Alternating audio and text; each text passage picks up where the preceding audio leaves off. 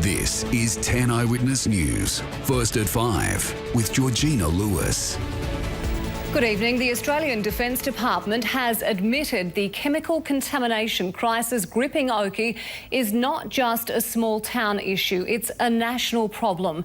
For the first time, the Army Aviation Centre has allowed our cameras in to open up about this battle and an even bigger one that's looming at bases all over the country. Lachlan Kennedy is in Oakey and he joins us now. Lockie, what is the extent of this problem? Georgie, it well and truly crosses state borders. In an exclusive interview with me today, it was explained that a whole of government approach will be needed to address this problem, and that's because the firefighting foams that contain the chemicals that are responsible for the contamination here at Oakey were not only used at defence bases for decades right across Australia, but also at commercial airports and by state fire authorities. Now, to give you an idea of the breadth of what defence alone is dealing with, it is now preparing to consult with communities both north of Perth and south of Sydney in the coming months because of detections at bases there that do warrant further investigation. Importantly for the people here, it is also promising more answers for the people of Oakey. Rear Admiral Clint Thomas describes contamination from legacy firefighting foam as a national problem.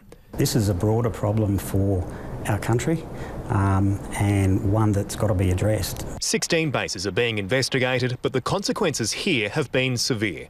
Commerce has been crippled, the town's reputation unfairly wrecked, and the emotional toll impossible to measure. Does Defence owe the people of Oakey an apology for what's happened? I don't believe apology is the correct word.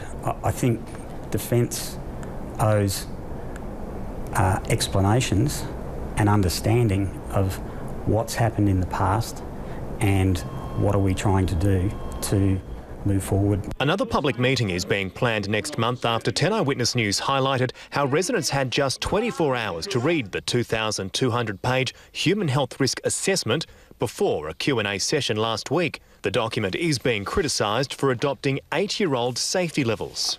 Those European standards from 2008, they were re-examined or reviewed in 2012 as well and were seen to be appropriate still. So the calibration point is really 2012. But one of the authors of those standards has gone in the media saying it's inappropriate for the Australian government to use them. Well, we don't believe that's the case, albeit that that's not a decision for Defence. Until the country's own safety level is set by Food Standards Australia later this year, no decision will be made on land buybacks and broad compensation, meaning a class action from residents is practically inevitable. Defending that is going to cost taxpayers money. Is there not a way we could avoid that?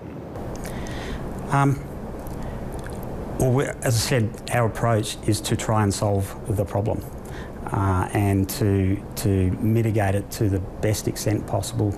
New technology will be trialled early next year to pump and treat groundwater, while excavation of contaminated soil around drains on the base will begin in November. Defence is also committing to more community consultation. Last night we spoke to a man who lives next door and no one's been to his house to talk to him about this. Would you say the consultation has been up to scratch to date? Well, we believe it has been, and I did see that.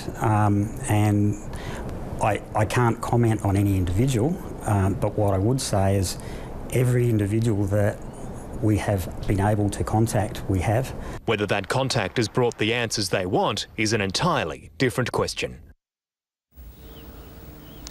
It was made very clear to me today that the option of closing this base here has not been considered and it is not on the table because Defence knows how important it is to the town of Oakey and it wants to fix this problem. However, as you probably heard in that report too, Georgie, Defence says it will wait for a new national safety level to be set at the end of the year. It will wait for more studies to be done and it will also wait to see how new treatment options turn out.